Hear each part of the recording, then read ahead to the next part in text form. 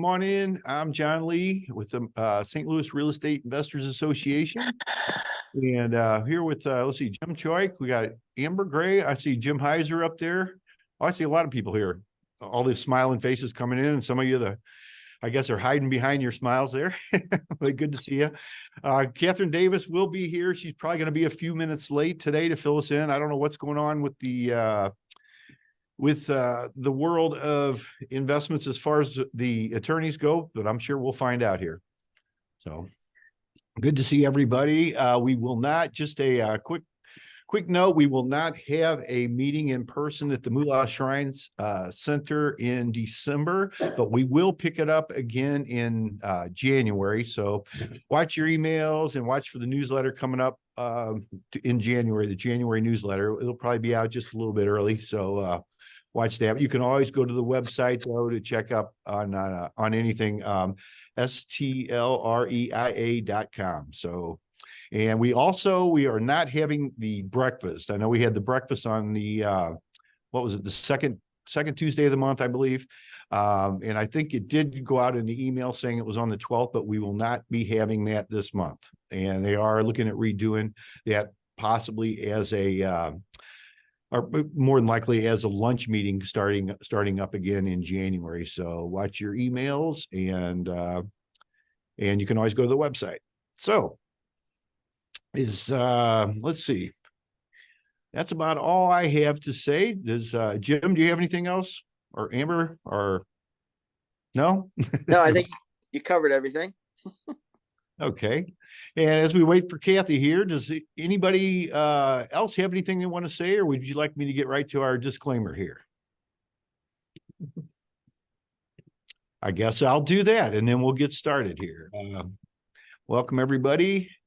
Let's see here. Give me a second. Hey, John, I do have something. Sure, Jim. Yeah, I just want to let everybody know that we do have a CPA scheduled for our January meeting. And I think I sent you the information on it yesterday.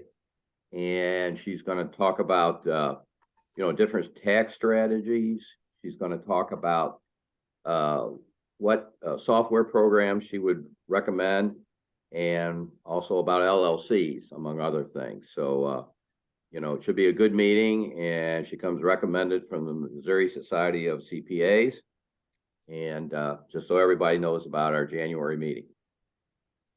Thank you, Jim. Yeah, that looks, she looks so knowledgeable too. I just briefly had a chance to look at that email you sent, but I just can't wait to hear what she's got to say, because this applies directly to what we're doing too, into our group, which, a lot of the CPAs are, are kind of general. This is very specific, so it ought to be very, very helpful. So hopefully, yeah, I think it will be. Yeah, that'll be great. Looking forward to that. And yeah, we'll have more on that also in the January newsletter. I know a lot of people right now are kind of turning down and, kind of winding down their year. This is actually a great time of year to get everything going for the new year and get everything set up. And it's a good time to actually find properties too, investment properties, because a lot of people, I know we talked about it a little bit last week, but a lot of people, they don't know what to do, and they're looking for some kind of hope and some things going on. And I've actually been very busy with some of the stuff we've got going on. So I encourage you guys to do that too, and do that. If you're not setting your goals now, start doing that. It's a good time. So, all right, let's see here.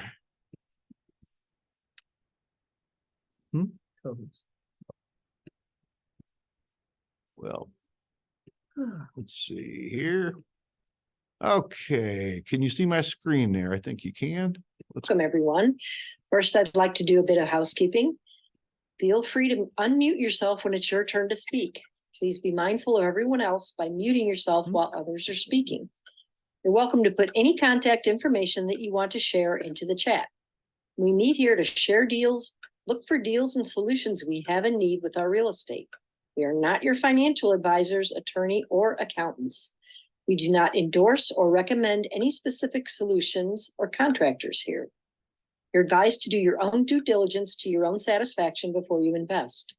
The first Friday of each month is Ask the Attorney with Ms. Catherine Davis. Our meetings are typically recorded, so only share what you want others to know. Okay, thank you, Laura. Virtual Laura. So she's got kind of a sore throat today. So, oh, there she is all bundled up, I see. So as we wait for Kathy, does anybody have anything they'd like to share with us today? We have anybody that's got anything they want to buy or sell? Or anything they're working on that they had any questions, comments? Yeah, Anybody I'd like looking- to, this is Tim. I'd like to give some feedback back to the group of an experience I had just recently with Section 8. I'll show myself here. Okay.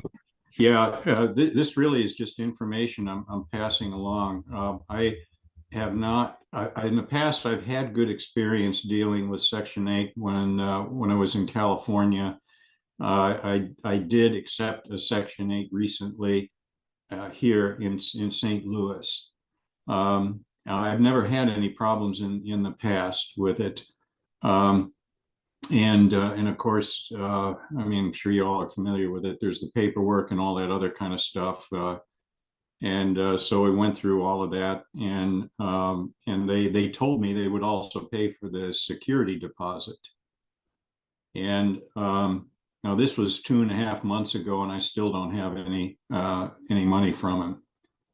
And I just got off the phone with them a couple of minutes ago, and it was mid-September when the tenant moved in. She told me that they just approved it November 2nd, and it was there's supposed to be a check that went out Monday. And I just thought I'd pass that along because you just if you're going to, I don't know if any of you do Section 8 or not, but if you do and they tell you that they'll cover the security deposit, just be aware that there's apparently it's a different group and a different process that they have. They're telling me that it's new to cover security deposits, which, I wasn't aware of that. And it's just a separate group that handles that. And you get the usual excuses from them and how they're busy and all this kind of thing. But, personally, I couldn't care less. But that's just a heads up for everybody. That's all. Thank you, Tim. Is that the city of St. Louis or the county, or where exactly? Oh, yeah. Good question. No, that's the city of St. Louis. The property is in, it's on Russell, just south of 44. Okay, very good. Yeah, city of St. Louis. I know their vouchers work a little bit better from what I understand. I don't have any current Section 8s, but we did in the past. And the people that had the city vouchers, they would come out to the county. So I don't know if. Then I don't know. Yeah. I really don't. I think it's the city, and as far as the payment of the rent, that works like what I'm accustomed to. Mm-hmm.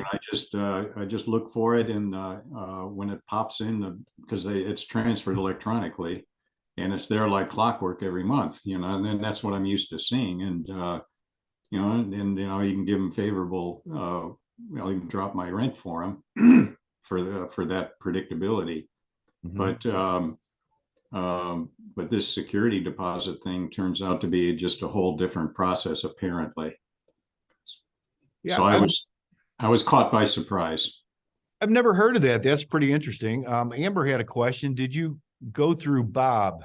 I'm guessing Bob is a person. Is it, or is that an acronym? Amber? Okay. No, I was asking in Kansas City, there's like I was trying to look up what it's actually called, but it's like a platform. So instead of like a computing, it's their computing system. I was asking if the St. Louis city uses the same HUD computing systems. I think it's all called like Bob AI. Yeah, I'm not, if they are, I'm not aware of it. I had to deal, well, it was the tenant that came to me with a Section 8, and she was the one that really dealt with them. I just filled out the paperwork, and so I don't remember hearing anything about this system. So I would have to assume no. And when I have talked to them, it's always been either email or on the phone. It's always been direct. which is another thing, just some feedback and information for you. Their communication at the housing authority is absolutely god awful, absolutely terrible. Those they don't respond to phone calls ever. You leave a message, they never call. I have yet to get a call back. Emails, if you get a response, it might be a couple of weeks late.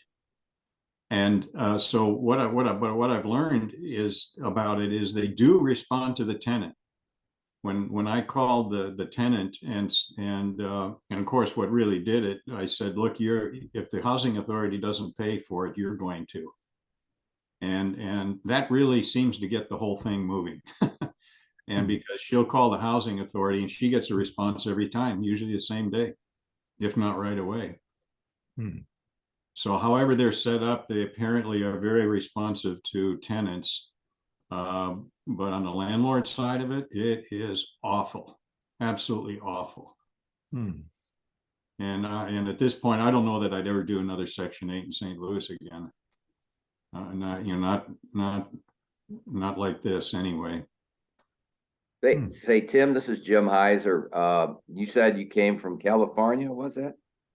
California, Central California, yeah. So you were doing Section 8 out there? Oh yeah, I did it really quite regularly and had pretty good luck. So the response from them when you asked them a question, being you're the landlord, you did get a good response as compared to the city of St. Louis? Yeah, in fact, excuse me, I rarely had to even really do much other than fill out the paperwork, and everything happened very quickly. And I don't ever remember having to make even a single phone call to get things moving. So I don't know what I don't know what the difference is. Well, it doesn't encourage us as landlords to want to do that. But a question I had, or I will have for Kathy Davis, is whether or not you have to accept Section 8. Now, we had a speaker in this past meeting who I considered to be very knowledgeable.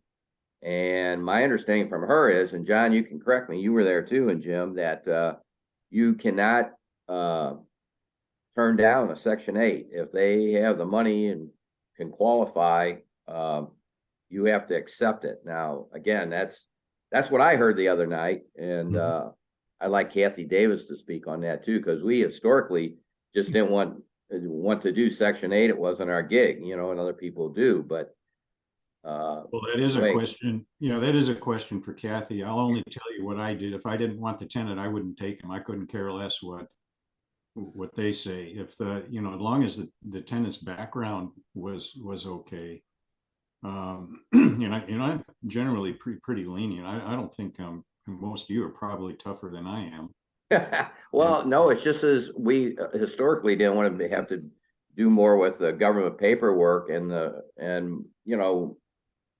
just heard some negative things. Although there's people in our group that do it and it's very positive for them. So we just stayed away from it. And the other part was that we some of our properties, probably most of them, they couldn't afford the payments that would be established by Section 8 to cover the rents we needed to pay our bills and mortgages. I will say this about it, my experience in the past, when I was in California, that they pay a pretty good portion of the rent, usually, sometimes almost all of it. And what I found is that the tenants, even the little bit, I had one tenant that all she had to pay was $25 a month. Now the rents in California are a lot higher than they are here, and she couldn't make the $25 a month payment, and but everything else was okay, so I just let it go. Okay, well, thanks. We'll pick that up here. Here's Kathy right here. I know she's limited on her time today, so thank you and welcome, Kathy. Hi, everybody. And then I think there's a question for you. Yeah, and I heard that you guys were talking about Section 8. So let me tell you something right off the bat that is I consider to be fairly good, maybe I shouldn't say good, interesting news. Have any of you heard of EHOC, the Equal Housing and Opportunity Commission, sometimes also referred to as MEHOC? The attorney the main attorney there is an attorney who I have never gotten along with. And so I wasn't necessarily sad to hear this news. We had heard rumors about this, and then it was in the paper, for those of you who saw the paper maybe a couple of weeks ago. Apparently, there's been some financial irregularities in EHOC, and they have run out of money, and people have been laid off, and the last couple of attorneys there are trying to get rid of all their cases and get the tenants to get new people and that kind of thing. And so that's very interesting. Apparently it's a federal investigation of how funds were used. And what EHOC did was two things. They had attorneys who would represent tenants in some situations, and they also were testers. I think most of you probably know what testers are. They would send out like two couples of different races to apply for the same apartment and see if they were treated differently, or people with children versus people without children. You know, they were kind of trying to set up people to get accused of discrimination. And we've represented a few people over the years who got quote unquote caught by the testers. And for the most part, it was people who were trying to do the right thing. They were just inadvertently violating discrimination laws, like not putting children in a unit that had a balcony that was made out of wrought iron. And the poor landlords, this nice young couple, just felt they had children of their own, and they just felt that some kid was going to get their heads stuck in the wrought iron, and you know, it wasn't going to be a good thing. But anyway, so that's what they have been doing, and they have received a lot of HUD money, a substantial part of their budget for doing this testing. Now, I'm not going to tell you that nobody else is going to come out and test you right now, because HUD itself still has the ability to do that. And the city of St. Louis has a civil rights enforcement agency that can do it. And the state of Missouri has an agency that can do it. So it's not like you're quote unquote safe from doing that. But it's interesting to know that they seem to be fading away. And I personally did not get along with one of the main attorneys there. I beat her in court over and over again, and she was not nice to me. Sore loser kind of thing. And I tried a case with her where she asked for a jury. There was no jury waiver in my client's lease, so we had to try this to this poor jury, and it was a support animal case. And the alleged support animal, my client had cameras in the foyer, and it wasn't just one support animal. There were like 4 dogs that were living there. They had video that they weren't picking up the dog poop in the yard, so they were driving everybody else in the building crazy. And we got on video that the young teenage child, who was huge, this girl was like a big girl, like easily could play for the Chiefs or the Blues. I mean, she was a large girl, and she was breaking into the mailboxes in the foyer of the building. And when I played that video for the jury, let's just say we knew that was a win right there. And this attorney was mad that I played this video for the jury, but she didn't do any discovery or ask me for anything. So it was a perfect setup for me to give them a little TV surprise in any event. So they're gone. So that sort of leads me into the whole Section 8 thing, because, well, first, let me ask you, what jurisdiction were you referring to? Was it the city of St. Louis? Whoever was talking about Section 8 was the city. I believe it was the city of St. Louis. Yes. Okay.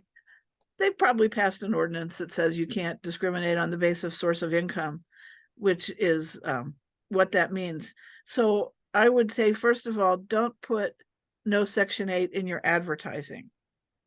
That being said,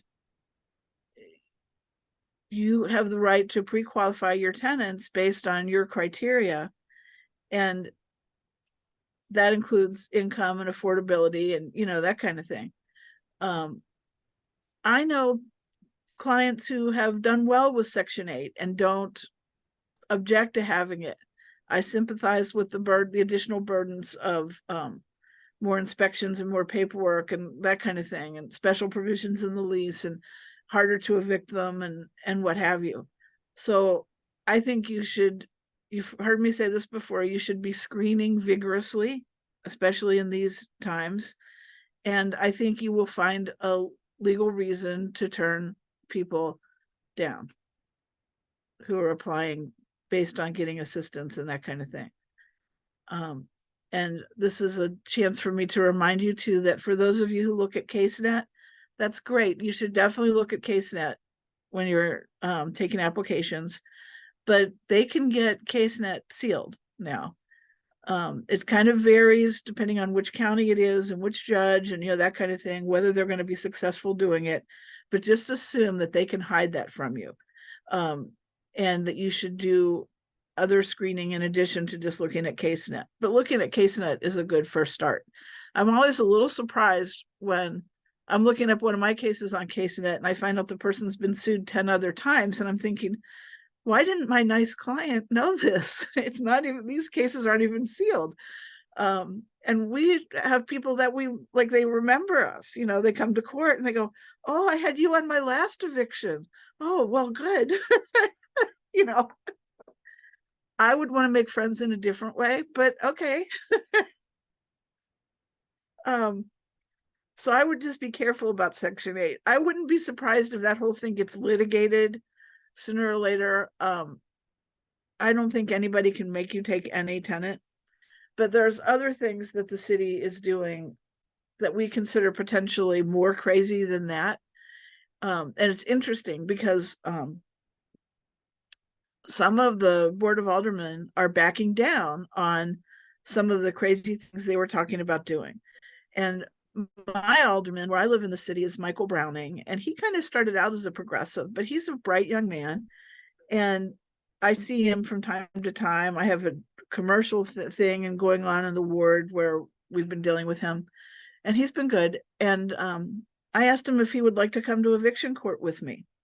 And to my surprise, he agreed. And he came to eviction court with me, and he sat and listened to me talk to some tenants.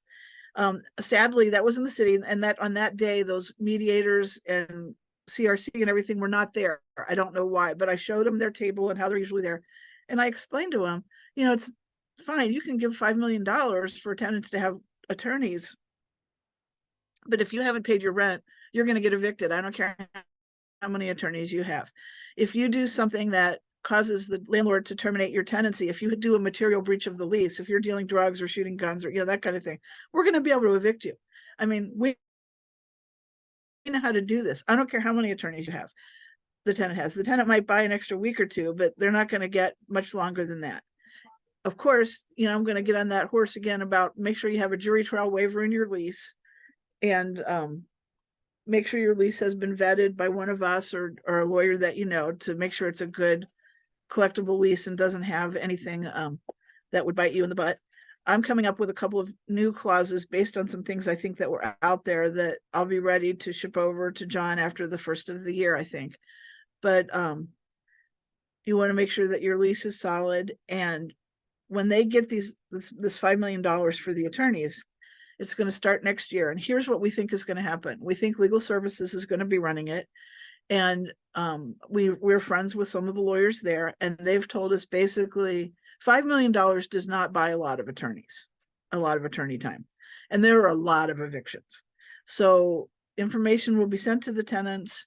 They'll open the phones on Monday morning, and like the first 12 who call will get a lawyer, and the rest of them will be told, sorry, we're out of lawyers for this week. You'll have to try back next week. So it's not everybody that's going to have a lawyer. If it was, they'd spend $5 million in 1 month and they'd be done. But sometimes we welcome when they have a lawyer, because then we don't have to deal with a crazy person. And the lawyers at Legal Services and who are used to doing this kind of work understand exactly what can and can't happen, and we'll make a deal with them. Like I said, this might buy people an extra week or two, or we might put together a payment plan that we wouldn't have done if they weren't represented, or we might waive late fees because in Missouri, late fees are discretionary to the judge. Thanks. And it will, you know, that the legal services lawyer will know, and we will know that we won't get the late fees if we go to trial. So we might say to you, let's kick the late fees and settle on the rest of it. So it's not going to really help them that much. So then they were going on, they wanted to do a bill that would say you could only evict someone for good cause. And I told Alderman Browning, I said, my people don't evict someone unless they have a cause. And, you know, first of all, 90% or more of the evictions are for non-payment, and that's good cause. We're allowed to do that. You know, they're not paying. We're allowed to get them out. And most of the rest of them are some material breach of the lease. And we are careful and we screen those and we talk to the landlord and make sure that it's a sufficiently immaterial important thing that we can terminate the lease early and do unlawful detainer against them. And then there's the ones that are after a foreclosure or after the end of the lease and they won't get out. That's good cause too. Landlords don't take their good tenants to court to evict them. They're happy to have a good tenant that pays, and they're not going to put them out. In addition, there's this little thing about state law preemption. They can't pass anything in the city that would go against state law, and that would go against state law. So some of you may be familiar with this St. Louis Housing Providers Coalition that was put together by Charlie Hinderleiter and folks at the Association of Realtors. And I think that you guys have some representation in that group and what have you. Well, we had a woman who works for Megan Green, a woman named Christina Garmandiera, come to one of our meetings. And it was clear that she believes that she knows everything and nobody else knows anything. And I invited her after the meeting to come to court with me. And she goes, well, I've been to court before. Okay, so you know everything. Good for you. We're having another meeting of that group on the 11th, and Alicia Saunier is coming, and she's an alderman who is putting forth a lot of these propositions that sound a little far out. I think she's really behind the let the homeless poop in your yard proposed ordinance, which supposedly has been withdrawn, but we'll see what she has to say. So when I see you again next year, I might have more information about what the city is going to do. But it looks like all their crazy ideas that they were publicizing are all getting slow walked now, as the city councilor's office tells them you can't do stuff that's in violation of state law. And the community says, no, we don't want that. And, you know, that kind of thing. So hopefully that will get dialed back a little bit from the craziness of last summer. So that's all the new stuff I have. We're at that point in the year where if you haven't filed your eviction by now, you're probably getting a court date next year. The county and the city will both, the sheriffs will stop doing evictions for some period of time around the holidays. I think that, well, I'm not necessarily sure I totally agree with that. I understand why it's bad optics to be putting people out and letting them look at their Christmas tree from the sidewalk. But yeah, so if you have already a judgment, you might want to make sure your execution gets on file really quickly. And if you are filing a new lawsuit, be prepared for the idea that you might be getting court dates the first or second week of January. We're going to be changing judges in the city and the county. In the city, we're getting Judge Woodiest, and we like her just fine. So we're sorry to see Judge Reuther go, but we think we'll have a good year with Judge Woodiest. And in the county, we're getting, I think, the new judge that will be appointed today by the governor. So I'll know more when I find out which pick that is. And if it's a pick that I don't like, I can tell you I'll be changing divisions. We'll work it out somehow. The other counties, surrounding counties, are all pretty much stable as far as changing judges this year goes. So does anyone have any questions for me? I got a question. You mentioned sending you or your office our leases. I actually do have a tenant who's moving in January. How would that work? Just email it to you, or if you have some clauses, I don't know if John has it already, that you have recommended, I can add them to my lease. What do you recommend that way? Yeah, here's what you want to do. You want to get with Chris Bosler of my office, and he is in court in St. Charles this morning, and then he's going to be out of the office the rest of the day. So call Chris Bosler next week. Our office number is 314-962-1115. He has the lease on his computer and he can send it to you. Or you can send him your lease and he can review it and decide if you should just adopt a whole new lease or if he should just make some changes and that kind of thing. And if you have Okay. special circumstances, you know, he can go over that with you too and see if you need any special clauses. Thank you. Hey, You're Kathy, welcome. this is Jim Heiser. Hi. Getting back, how are you? On the you. Section 8 thing. Yeah. So when somebody calls up and says, I'd like to rent your unit, and do you take Section 8? Do you just say, yes, we do?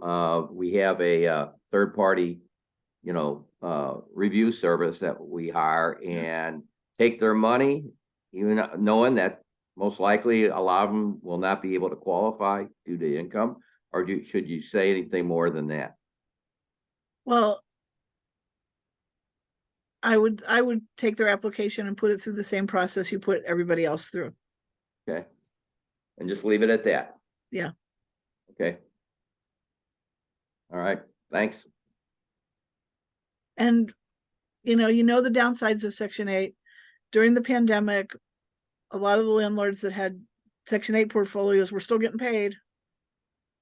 You know, during that period of time when there was, you know, the government assistance was promised, but it hadn't quite worked its way through to us yet. Well, you know, if they would qualify and you haven't done any initial paperwork, what happens then? What's the process after that for them moving in? I mean, you still got to get inspected by Section 8. I mean, we don't do it, so that's why I'm asking. Yeah. I think that Section 8 has to inspect it, and you have to sign a Section 8 lease. Okay. Anybody else got anything? Well, I hope you all have a fabulous holiday. I will be in the Caribbean on the first Friday after New Year's. I'll be getting back that weekend, so maybe I'll hop back on the second Friday of January. How big is your suitcase? I know. Can we come with you? Yeah, really. Well, we're sailing on the Holland America New Statendam, and we leave Fort Lauderdale on December 27th. So anybody who wants to come aboard, come aboard. And we're trying to we just bought new luggage and we're trying to just do carry-on this time. So we'll see. Nice. My husband is skeptical about how much shopping I'll do because he's traveled with me before. So you'll check a bag on the way home is what you're telling us. We Kathy. might have to do that. We might be shopping for another bag. So we'll see. Okay, Merry guys. Christmas. Thank you. Same to you. Thank you so much, Talk to Kathy. you soon. Yeah, we'll look forward to talking to you after the new year. So you have a great Okay. trip, and we'll see you soon. Say, could I add something in on the Section 8 real quick? Mhm. Just a little bit more detail about it. I had two experiences with it here. The first one, I turned them down. Not the tenant, but I turned down the Section 8, and of course the tenant went away. What they do is, and again, I think this is the city, they'll come out and inspect the unit, and if there's any, I don't know if I guess you can't call them violations. If there's any issues, you'll have to fix them, but that's really not a problem.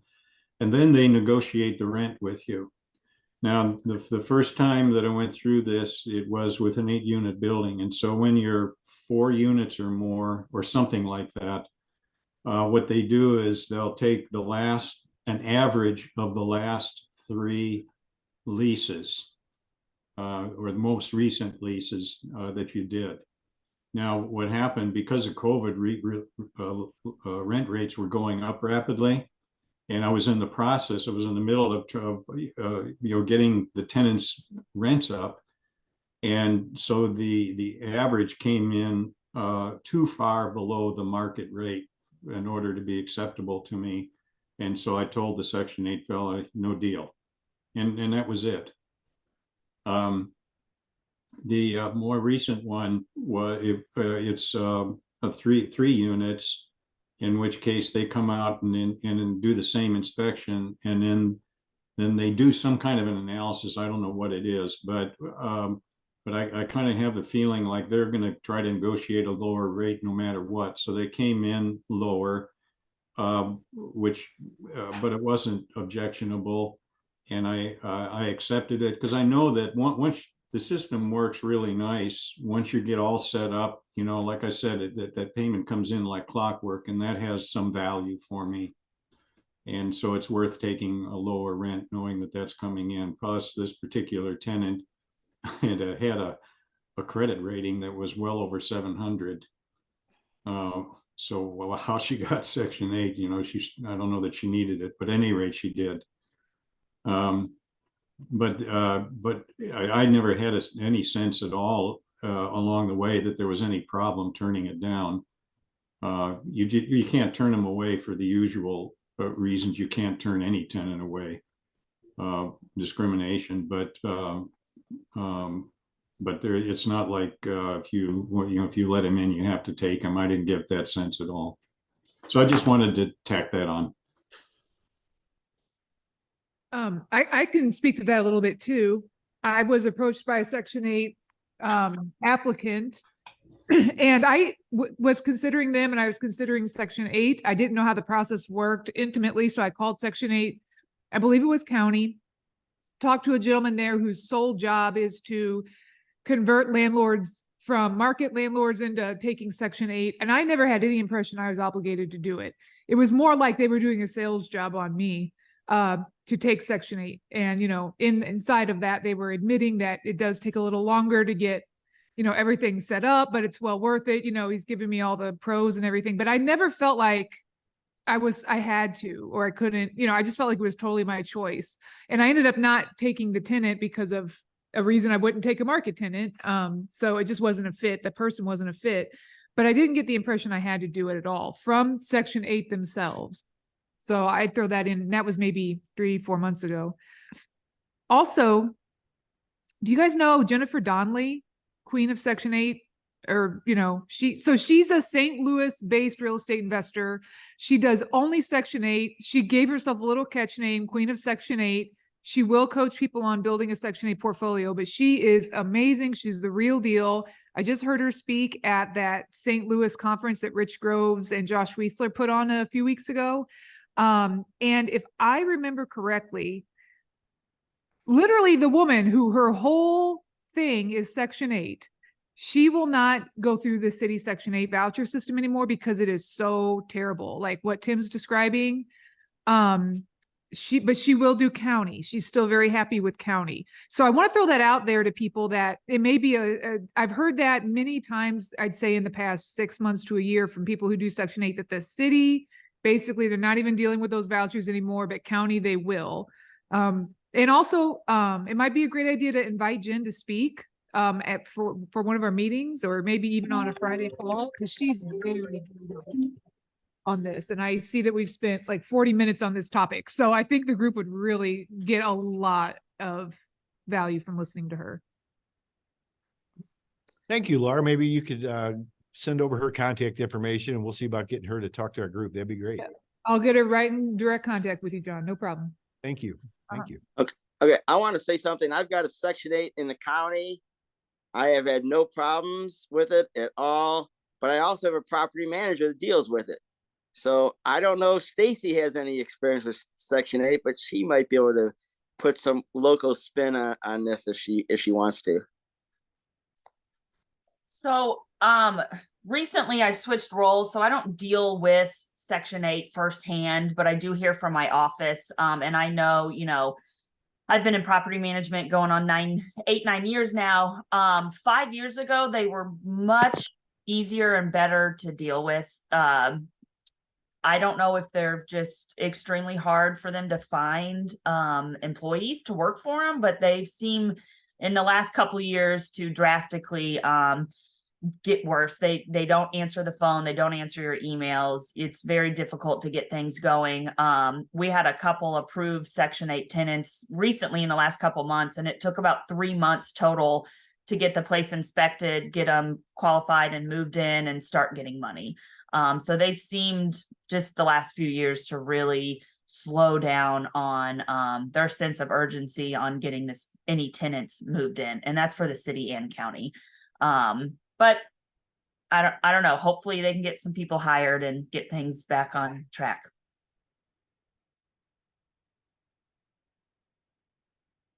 Yeah, that's definitely a subject we're going to want to explore a little bit deeper, because I know it's been a few years for us. We've had really good luck with them in the past, but we did St. Louis City County and then St. Francis County. So I know that things have changed. We actually had a bad tenant in Ferguson that our property manager got kicked out, and the lady was in a wheelchair. It was because of stuff of her family. So that's a whole topic in itself. So yeah, we'll definitely have to explore that. Yeah. And if anybody had Section 8 and they don't want to deal with it, give us a call. We'll manage your properties for you, and we will deal with the headache of Section 8. Yes. Thank you, Stacy. Do you want to give your contact information out? Yeah, absolutely. So you can email me or call me. My email is Stacy, STACY at Soto, SOTOPS.com. We're full service property management in St. Louis and also down in Cape Girardeau area. And then my office number's 636-305-3380, and I am extension 311, and I will put all of that in the chat as well. Thank you. Thank you very much. Hey, Speaking of Stacy, the do you chat, guys, Jefferson County. Yeah, we do. It kind of depends on how far or like where at in Jeffco, but we do we have some in like Arnold and Fenton. So definitely, yeah. Okay, thank you. Sorry, John. no, it's all good. No, thank you very much. Yeah, and Linda McCaskill, you said you were at work, but you had a property, I believe, available. Are you able to talk at all, Linda?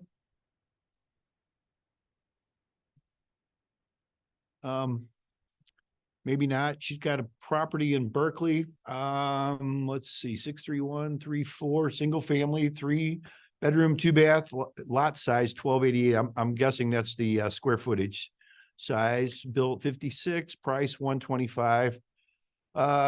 EMD, I'm assuming that's a deposit for $2,500, and that's with Freedom Title. And I think you went on to give your number. Yeah, right here, 314-498-0598. And I just say that audibly for anybody watching the replay. Let's see. Then we have, I believe it was Sandra Keeley. You're looking for a 2-bedroom in St. Louis. Are you able to unmute yourself, Sandra? Are you still with us here? I don't. Yeah, there you are. Okay, well, Sandra's looking for a 2-bedroom house. City of St. Louis covers a wide variety, so we're going to need more details.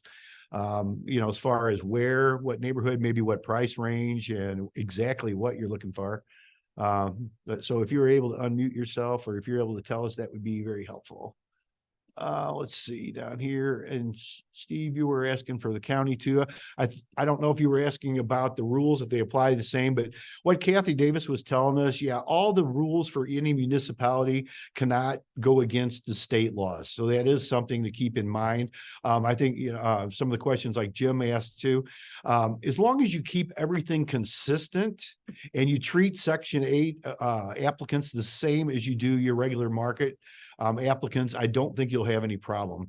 In the past, we've done it both ways. I've done it with the property manager, and we've done it ourselves. And that was the main things that I remember. Now, it's been many years, because as you probably know, we don't do rental properties anymore. We do seller financing. But I believe as long as you keep everything consistent, that'll keep you out of trouble. And like Kathy said too, check out CaseNet. Start there. Even though they're trying to keep some things kind of on the secret now, they're putting some things up. They're not having everything disclosed.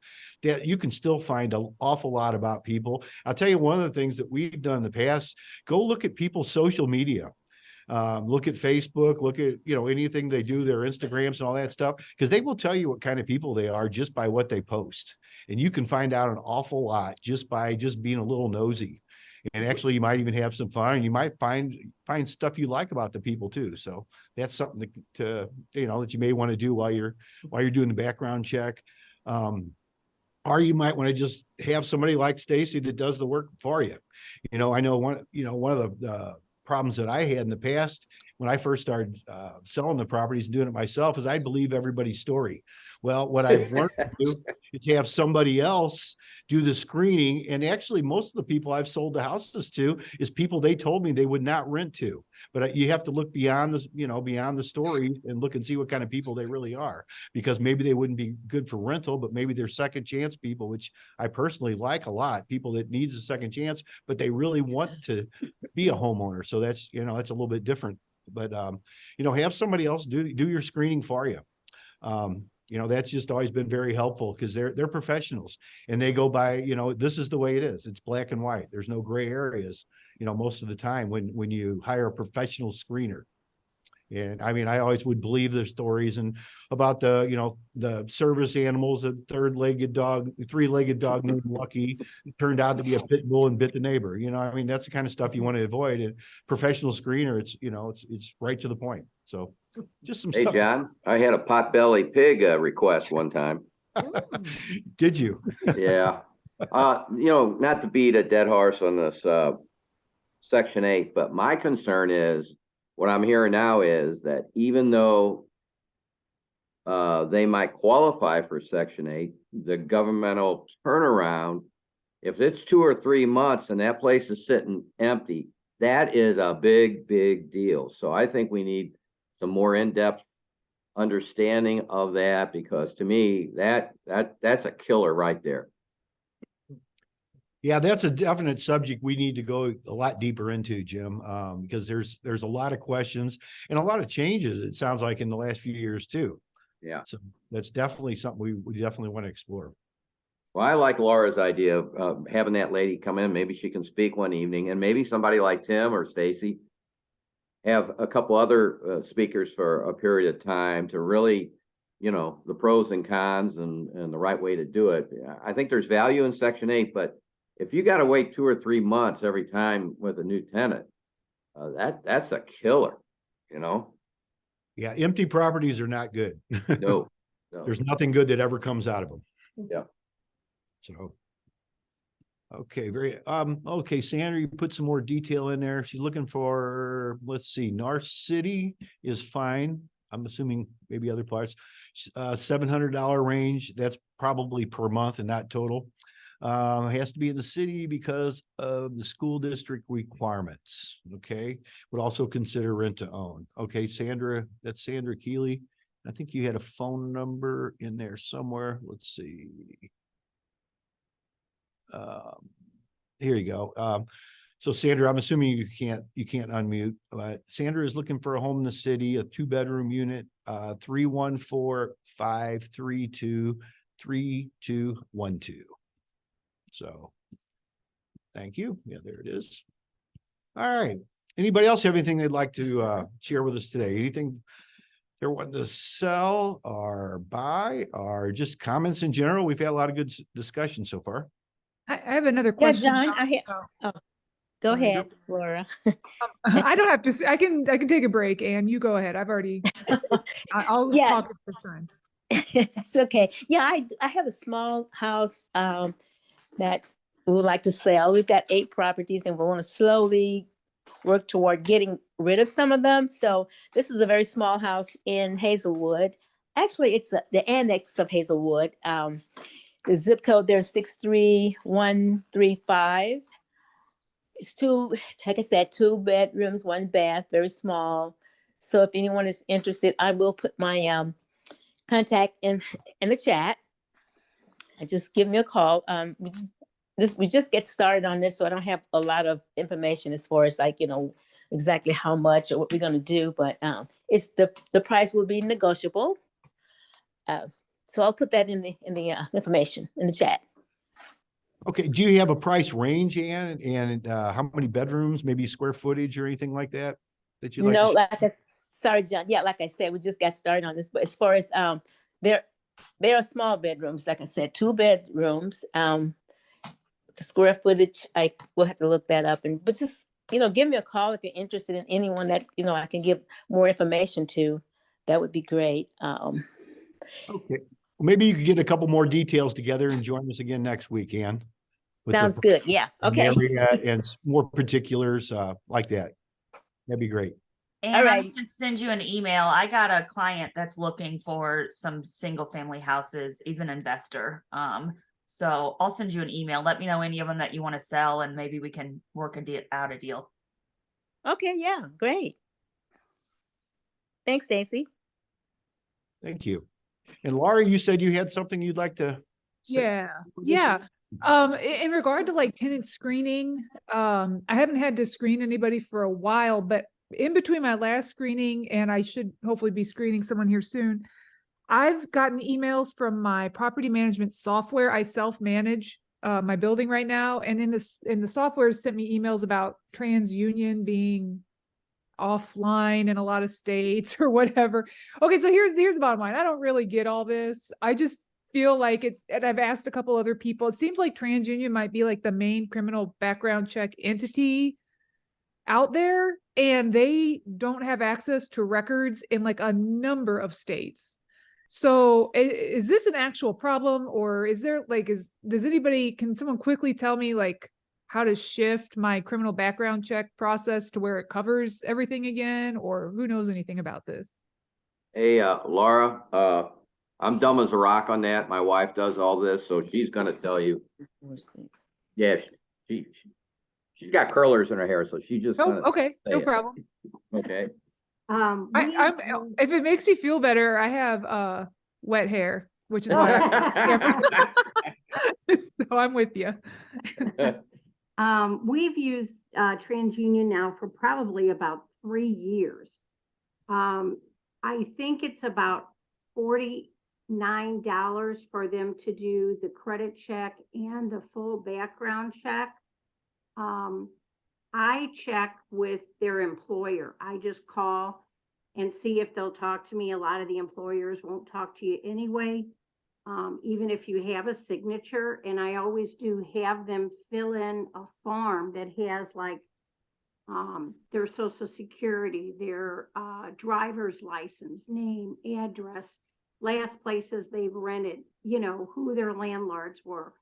I have them fill all that in because you don't get that information from SmartMove, TransUnion. Yeah. You get, I feel like it's a really good credit check though. From my memory, we haven't done one for about 9 months, I guess. But from my memory, they do give you pretty good information as far as if they have any collections, if their medical collections are utility, or what type of a collection, the amounts, what their FICO score is, things like that. So you fill in your information as a landlord, and when you're ready, when you've gotten the information that they fill out for you, you send them a link that says they're interested in putting information into TransUnion. And then TransUnion gets back within about, 45 minutes or an hour.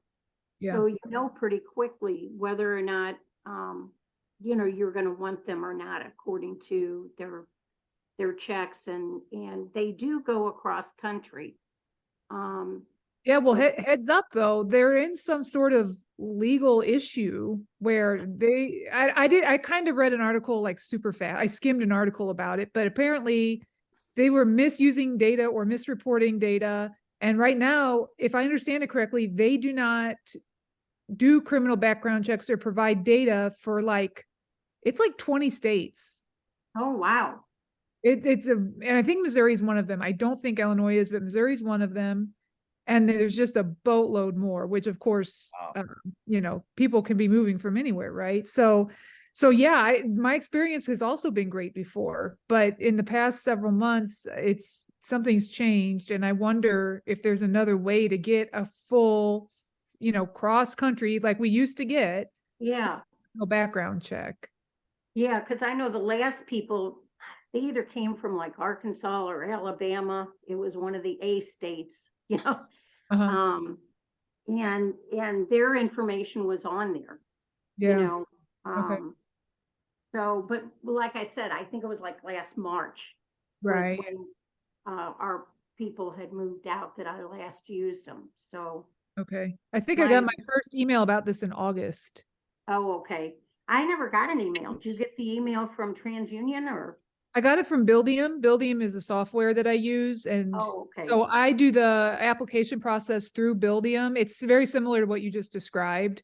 Mhm. It's just like kind of automated. But yeah, Buildium sent it out to, I'm sure, all of us, you know, customers to let us know that there's going to be a gap.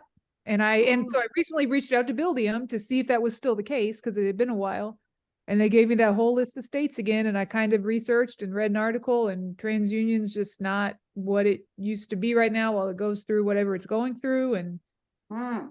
so I'm like, okay, so first of all, I'm like, how come don't hear other people talking about this, like in the real estate space, you know? And what are people doing in the meantime? Yeah. We if were you wondering find that too. If you Yeah. find something out or find a different company, because it's hard to find a company, I feel like, So I was gonna suggest Home Screen. They're local here. They can screen tenants for you. So Laura, I honestly feel like they would be able to answer your question. I don't think anybody on the call can, but I would ask them. They do it for a living. Yeah. So, hey, what's going on with TransUnion? And please follow up and let us know. Okay. Yeah. That's good. Yeah, Paul, just put that in the chat, the home screen, right there. And Paul, let's see, you want to unmute yourself and tell us a little bit about that, your experience with it, possibly? No, everybody's busy today. Okay. Well, he was saying that, let's see, their number is 314-865-5530, or Ella, I guess, ELLA at towergrovecdc.org. So I guess there's some info you can get started with, but That's awesome. I've heard so many good things about them. So thanks, Paul and Amber. Appreciate both of you on that. Yeah, And I'll see great. what I can learn and report back to you guys. Yeah, like I said, I feel weird asking because I feel like I'm the only person asking about this. So maybe it's not No. really a thing. I don't know what's going. I'll find out. I'll find out and report back. yeah, thank you, Laurie. Yeah, you're not the only one, I'll guarantee you. There's not many screening companies out there anymore. It's a problem. All right. Well, thanks, guys. Appreciate it. Thank you.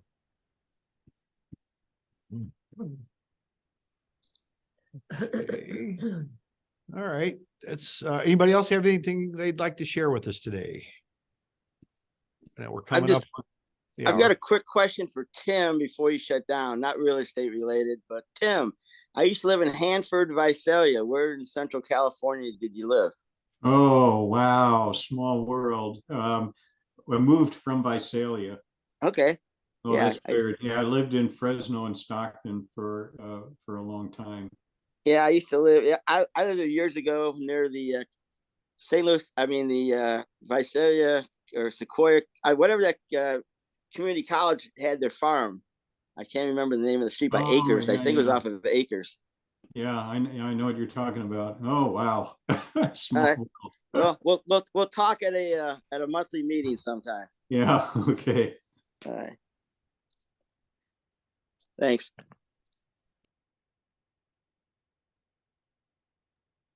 Okay, well, anybody else have anything you'd like to share? We're coming up on the top of the hour, and I appreciate everybody coming in today. A lot of good information, a lot of good discussions, which we'll have the replay up. I always say I'll have it on YouTube by midnight tonight, and I will have it to our webmaster, who sometimes gets it up before the end of the day and sometimes doesn't. So it'll usually be there by Monday, though, in the member section of on the website, stlria.com. So yeah, and thank you. Let's see, Sandra, happy holidays to all. Yeah, I would like to say the same thing. We will be here every Friday, though.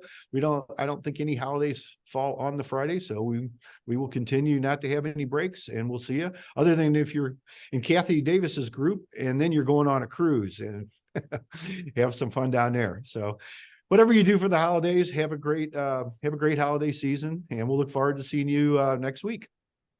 All right. Thanks, John. All right, Thanks, everybody. See you later. I know.